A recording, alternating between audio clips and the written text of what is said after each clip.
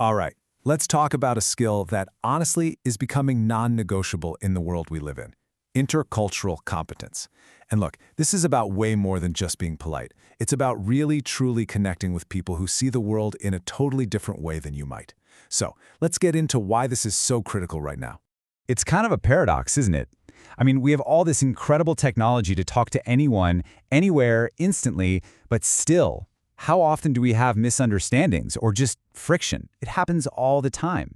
This isn't a technology problem we're dealing with. It's a human one.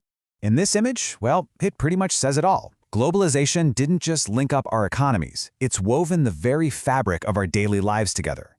Every single interaction, from that Zoom meeting with a global team to just chatting with your neighbor, could be an intercultural one. And that creates this huge need for a whole new kind of fluency.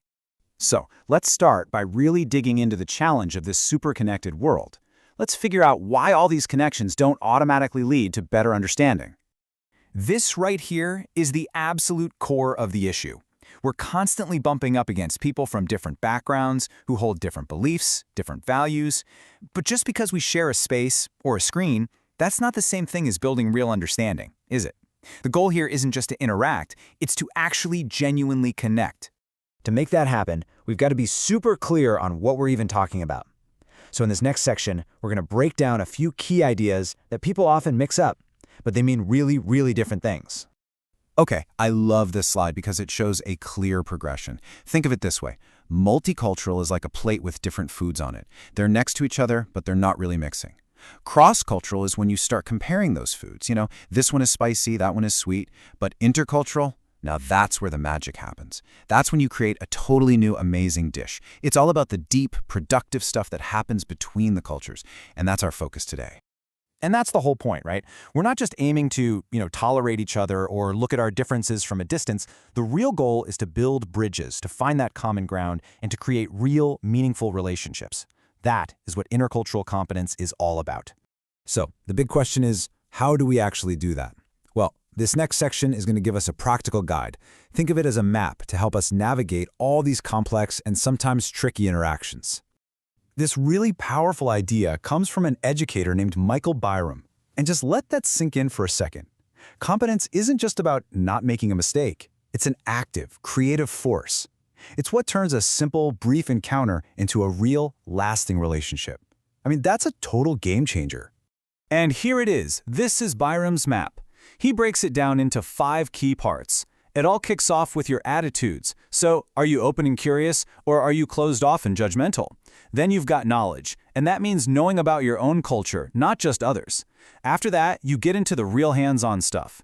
The skills of interpreting and relating, that's basically being able to see things from their perspective. Then the skills of discovery and interaction, which is like learning on the fly by asking great questions. And finally, critical cultural awareness, which is about understanding the why behind it all. This is the framework we're going to work with. Okay, so that's the model, but let's make this map even easier to use.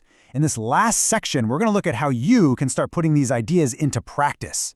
Like today.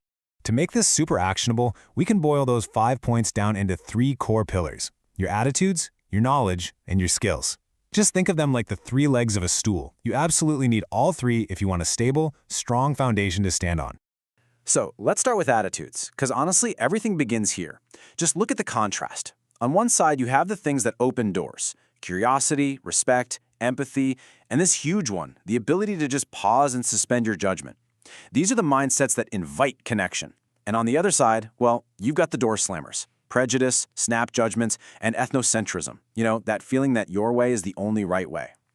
The very first step, every single time, is choosing curiosity over judgment. Next up is knowledge. And this is a two-way street. It has to start with self-awareness. You've got to understand how your own cultural software is running in the background, shaping how you see everything. It's only after you get that you can really start learning about other people, their values, their norms, their ways of communicating. You got to know where you are on the map before you can figure out how to get somewhere else. And finally, we've got skills. This is where your attitude and your knowledge get put into action. It's the skill of interpreting and relating, like trying to understand why a teammate from another country might avoid saying no directly. It's the skill of discovery and interaction, learning in the middle of a conversation by asking thoughtful questions instead of just making assumptions.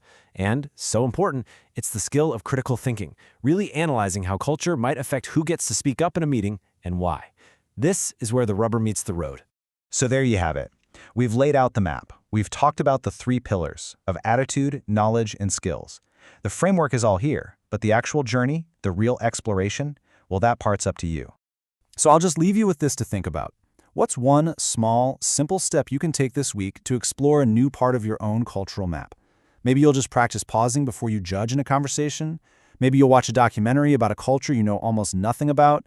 Or maybe you'll just decide to approach your next conversation with a little bit more curiosity. The world is waiting. Your map is in your hands.